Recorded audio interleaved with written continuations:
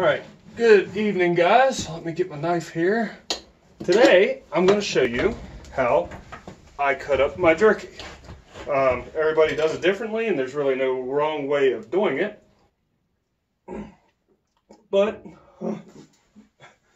I understand a lot of people, I'm already out here doing it, so it's the perfect time to do this video. A lot of people grind the meat up, they put it in a caulk gun and make the, that kind of jerky. I myself do not do jerky that way. I still do it the old-fashioned way.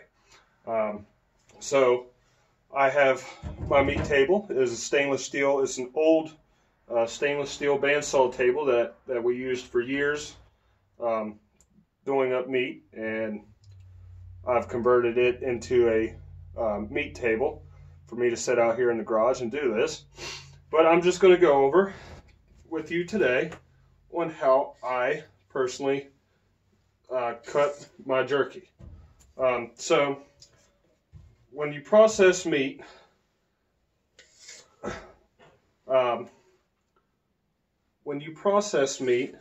you cut it off the bone, and we will do a video on it if you would like.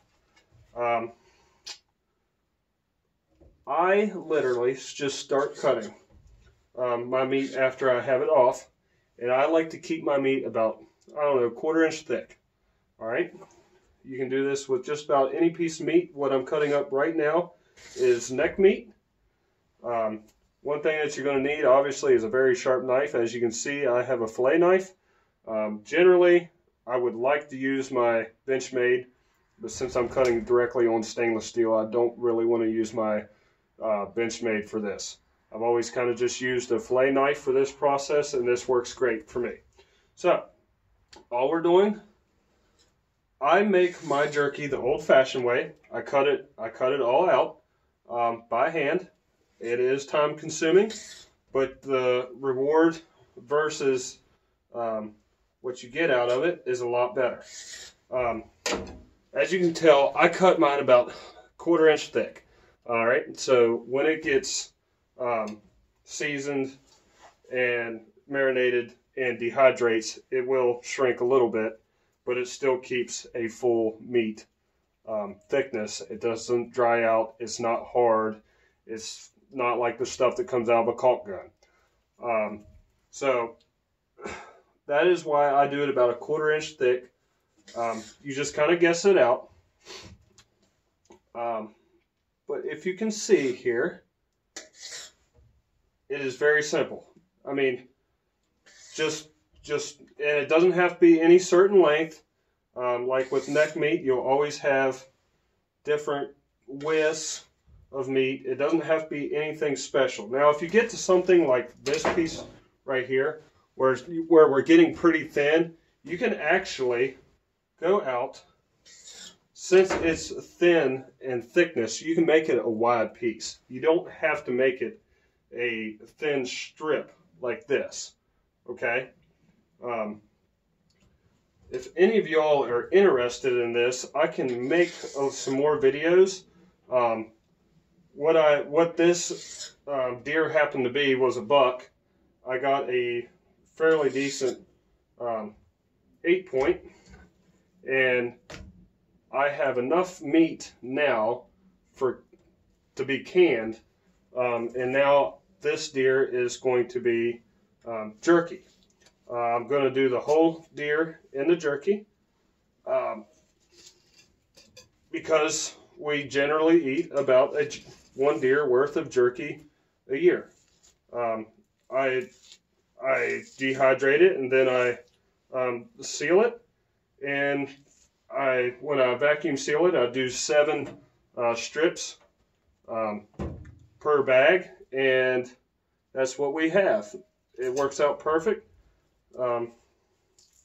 that way, because when you want some deer jerky, you just get one strip out, one bag out, and it's got 7 strips in it. So that works out perfect for us. As you can tell, it's pretty self-explanatory. Anybody that knows how to cut up meat, this video doesn't really pertain to you, but someone that is new and would like to do this for the first time, maybe you don't know, maybe you want to get into hunting but you're not sure how to process your meat, here's a perfect example of what I'm getting ready to show you. On this piece of meat, you can see the actual meat part of it. On the top here, you can see this glossy part. That is the top membrane of the muscle. You want to get that off. If you don't get it off, it's going to make it kind of funky and a little bit like chewing on leather, kind of. So you definitely want to get that off. And like this part is a perfect example of what I talked about a little bit earlier. See, it's not very thick, so I just made it wide. So you can always do that. But I set out here, this entire deer will be jerkied. Everything on this deer will be jerkied. Tenderloin, my steaks, my shoulders, neck meat like this that you typically do jerky will all become a jerky. So guys, I am not going to sit here and make you watch me do this entire deer because I'll be out here for a while. But I figured I would give you a short video on how to do this. And if you have any questions on how to actually do jerky the old-fashioned way, the way that I still do it, I would be more than happy to help any of you all out. If you have any questions, but it does look like it's very time consuming, and it can be, and it will be until you learn how to do it. It's going to be time consuming, but as you can see, it's not taking me very long just to do up these few pieces. Once you get to an edge that's got a little sinew on it, just cut it right off, keep going. If you get to a piece of meat that's got a little bit of fat on it, you can always keep that little bit of fat. I mean, you don't want a lot, but you can keep a little bit of fat on your meat. Anybody that likes steak that has fat on it and the fat kind of gristles up and gets a little bit of that crunchy taste to it, that is perfect for you. All right, I'm one of those people. I like keeping a little bit of fat. But more importantly, I always keep the fat off of my deer for when I can the meat, instead of using bouillon chips or stuff like that. I use what the deer gave me. I use absolutely as much of that deer as I can. So I keep the fat, and when I can my meat, I use a couple pieces of fat per can to give it its flavor and help keep it moist after being canned.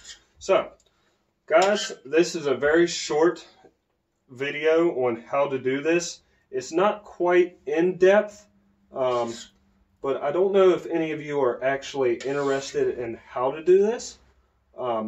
If you are, if anybody is interested in this, let me know, and I can do an in-depth video. I mean, this is just one deer. I mean, I've got a couple deer to do up. And I can show you how to do jerky out of those other deer that I have to do up. But guys, I love you to death. Anybody hunting this year, I hope that you are doing well.